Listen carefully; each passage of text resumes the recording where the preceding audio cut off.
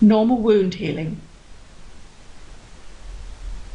After a very brief introduction to the structure of the skin, this talk describes the process of normal skin wound healing. It is important to understand this before trying to understand what goes wrong in chronic wound healing, in keloid and hypertrophic scars. I have based these slides on an excellent review article by Shaw and Martin. The outermost layer of the skin is composed of a stratified epithelium, which means it is made up of multiple layers of epithelial cells. The epithelial cells of the epidermis are called keratinocytes. The epidermis is responsible for forming a barrier, both to the outside to prevent pathogens and chemicals getting in, and to the inside to prevent water loss.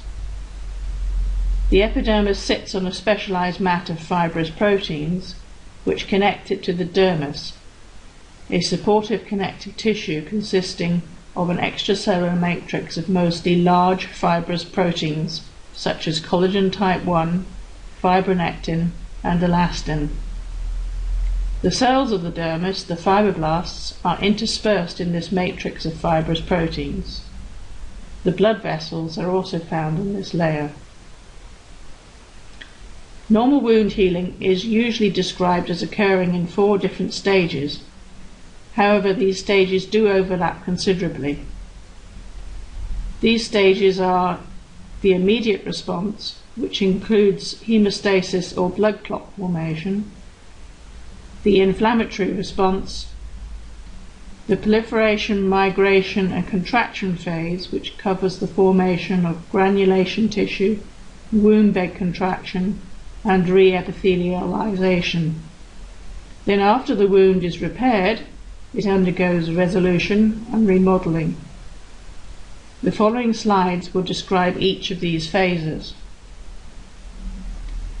When the skin is wounded, this leads to damage to blood vessels, damage to keratinocytes, and therefore the epidermal barrier, damage to basement membrane and to the dermis.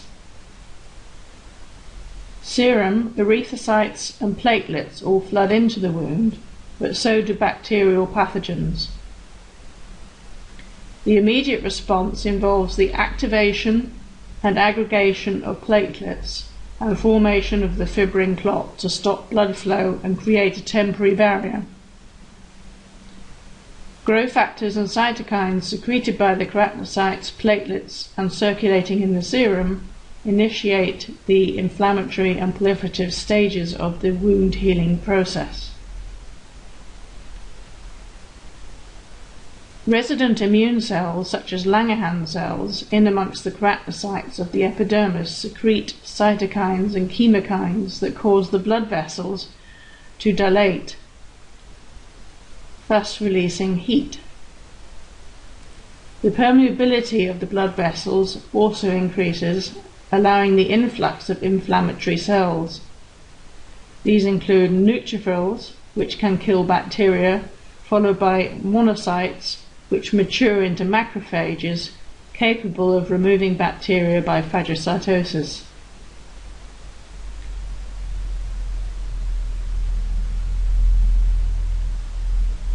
The proliferation and migration phase includes proliferation and migration of fibroblasts, angiogenesis or blood vessel formation, re-epithelialization, and synthesis of extracellular matrix proteins to repair the dermis.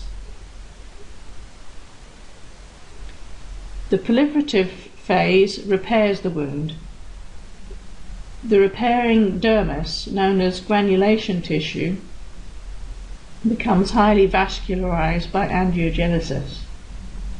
Fibroblasts from the adjacent dermis proliferate and migrate, as do fibrocytes via the blood vessels. These cells replace the fibrin fibers of the clot with collagen type 3. The appearance of the scar tissue is due to the high levels of collagen deposited to repair the wound, which is of a different type to the dermis and in a different orientation. Some of the fibroblasts in the wound bed become activated, producing alpha-smooth muscle actin, a contractile protein also found in the heart muscle. These myofibroblasts have an increased ability to exert force on the collagen fibers and contract the wound. The keratinocytes proliferate and migrate over the dermis to seal the wound. The migrating keratinocytes are flatter than normal, but return to their original shape during restratification of the epidermis. Remodeling can occur for months or years after the wound.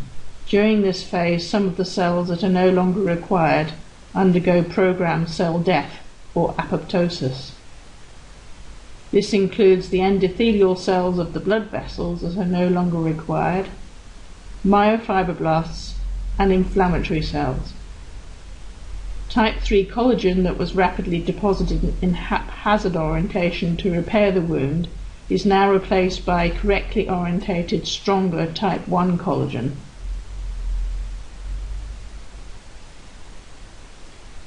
In summary, wound healing consists of an overlapping cascade of events, many aspects of which still need to be elucidated.